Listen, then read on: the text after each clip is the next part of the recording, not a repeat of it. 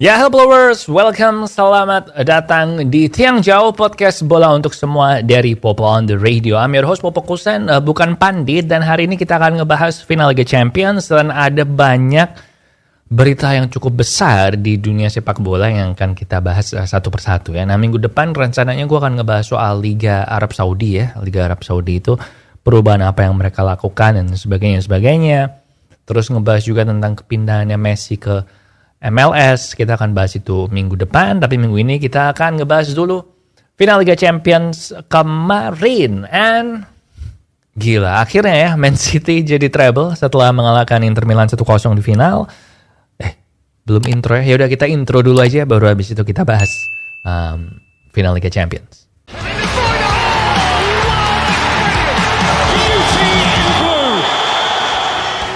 Ya, welcome back di Tiang Jauh dan kita akan ngebahas hari ini final Liga Champions kemarin. Man City 1-0 melawan Inter Milan yang terus terang itu pertandingannya kalau lu fans kedua tim menegangkan banget sih pasti. Karena si Man City seperti biasa ya, mereka itu kalau di Liga Champions di pertandingan-pertandingan penting itu suka mainnya kayak grogi gitu. Dan kemarin City terutama di babak pertama emang kelihatan grogi sih mainnya. Apalagi habis itu Kevin De Bruyne juga cedera kan. Nah, walaupun mereka mainnya grogi tapi tetap bikin peluang, cuman Erling Haaland sendiri beberapa peluangnya kayak dihentikan sama Onana. Onana mainnya bagus sih, dan Inter overall gue bilang juga defense-nya oke, rapat, cukup membuat City kerepotan. Dan si Lukaku ya, gue kasihan sih sama Lukaku karena dia itu entah kenapa di banyak big moment pertandingan timnya, entah itu sama timnas atau sama klub, tapi dia itu sering ada di posisi yang salah gitu loh. Kayak kemarin dia sundulannya gak gol, terus ada sundulannya si Brozovic atau siapa yang malah kena dia, padahal itu Edersonnya udah gak tahu ada di mana kan. Jadi sial gitu aja si Lukaku ini. And ya kasihan sih. Anyway, Man City akhirnya jadi treble. Pep Guardiola juga, gue turut senang sih sama Pep Guardiola karena dia akhirnya meraih treble tanpa Lionel Messi. Karena selama ini kan dia bilang, dia dikatain Guardiola cuma bisa menang Champions League bareng sama Lionel Messi. Nah, akhirnya kemarin berhasil menang. Guardiola menjadi pelatih pertama yang meraih treble 2 kali bersama tim yang berbeda. Dan Man City juga menjadi klub Inggris kedua yang meraih treble yang bener ya, yang Liga, FA Cup sama Champions League ya. Soalnya Liverpool pernah treble tapi itu kan treble cup gitu, nggak ada liganya, jadi itu mini treble I guess.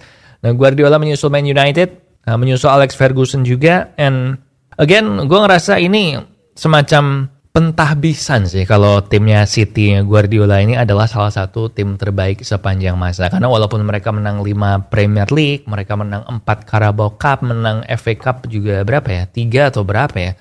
Ya, tapi kan selama ini yang bikin mereka belum bisa dimasukkan ke salah satu tim terhebat sepanjang masa tuh karena belum menang Champions League kan. Nah, sekarang akhirnya mereka menang, jadi bisa dimasukin ke situ tanpa ada yang bisa menyanggah sih. Gue setuju, gue bilang City-nya Pep ini lebih bagus dari Barcelona-nya Pep ya.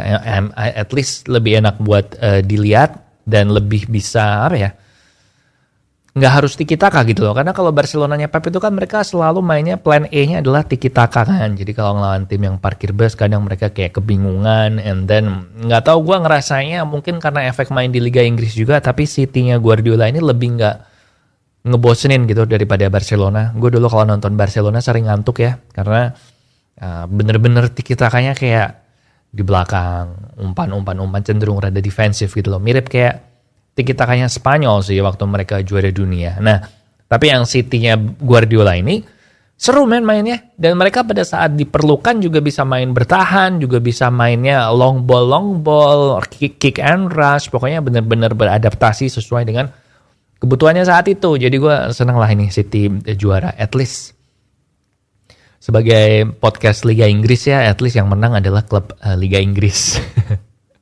So ada apa lagi ya? Ini gue nunggu ya konfirmasinya sampai rekaman ini soal MU akhirnya dibeli sama Qatar sama Sheikh Yassim itu. Tapi belum muncul karena kan memang masih malam ya di Eropa sama di Amerika. Walaupun di media-media Qatar mereka udah bilang kalau akhirnya tawarannya Qatar ini diterima si Sheikh Jassim, jadi MU akan segera di take over sama itu, full ownership. Dan kalau gue lihat terakhir harga sahamnya Man United di pasar saham New York itu langsung naik. Jadi logikanya itu berarti mereka bereaksi terhadap ini kan pengumuman-pengumuman yang dikeluarkan dari Qatar. Nah jadi buat fans MU yang udah menunggu-nunggu nih ya kapan MU dijual, akhirnya ini bisa dibilang 90% resmi ya dijual ke Qatar, sehingga mungkin kita bisa siap-siap menyambut Kylian Mbappe untuk menjadi nomor 7 MU yang baru.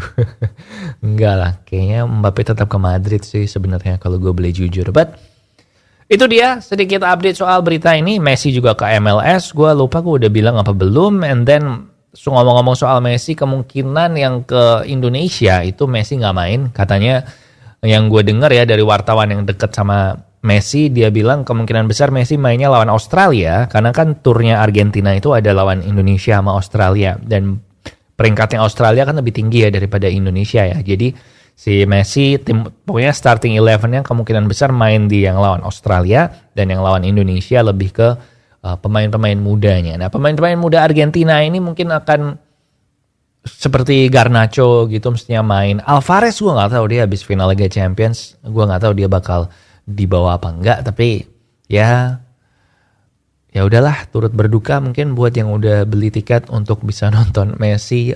Sebelum lu bilang Argentina nggak cuma Messi, come on man, let's face it, lu beli itu karena lu pengen nonton Messi kan. Oke, apa lagi ya? Mbappe, ngomong-ngomong soal Mbappe juga barusan tiap tahun ya, sejak Mbappe pindah ke PSG, selalu di awal-awal bursa transfer, di awal-awal musim panas, di awal-awal musim terakhir selesai gitu, si Mbappe ini selalu membuat drama atau telenovela, Mbappe mau pindah apa enggak, dan tahun ini juga sama. Menurut report dari Fabrizio Romano, jadi lumayan legit, si Mbappe udah ngirim surat ke PSG dan bilang kalau dia nggak akan memperpanjang kontraknya dia. Itu artinya kontraknya Mbappe sekarang yang berakhir di tahun 2024 atau tahun depan itu nggak akan diperpanjang. Jadi kalau Mbappe nggak pindah tahun ini, maka tahun depan dia bisa pindah gratis. Nah si PSG nggak pengen si Mbappe ini pindah gratis. Jadi kemungkinan besar bulan-bulan deket-deket ini kita akan tahu nih klub barunya Mbappe apa. Bisa Real Madrid, bisa Man United. Gue sih berharap Man United ya, karena Madrid udah habis 100 juta buat beli Bellingham kan. Jadi mungkin aja duitnya kurang, tapi ya gimana ya. Soalnya Madrid juga butuh striker kan. Tapi mungkin Mbappe ke MU loh. Kenapa? Karena Madrid barusan ada kabar juga kalau si Vinicius Juniornya dia itu ganti nomor ke nomor 7 dan si Rodrigo ganti nomor ke nomor 11. Nah itu artinya si Mbappe kan suka nomor 7 nih. Jadi klub besar yang bisa bayar Mbappe yang nomor 7-nya kosong itu cuma MU. Boleh lah ya gue sebagai fans MU sedikit berharap aja biar Mbappe ke MU, apalagi dibeli Qatar ya kan. Jadi kita tunggu aja, harusnya dari 1-2 ya pokoknya bursa transfer ini kita akan tahu lah si Mbappe ini pindah kemana. Karena kayaknya bakal pindah sih. Ya udah gitu aja. Untuk tiang jauh kali ini, again minggu depan jangan sampai ketinggalan, kita akan ngebahas Liga Arab Saudi atau ngebahas Messi ke MLS, kenapa dia mau pindah, dealnya dia sebenarnya kayak apa. Nah kita akan bahas itu minggu depan. Oke? Jangan lupa minum air yang banyak, subscribe juga YouTube Popo on the Radio biar nggak ketinggalan yang baru. And thank you for watching. Di sini Popo Kusen. I'll see you when I see you.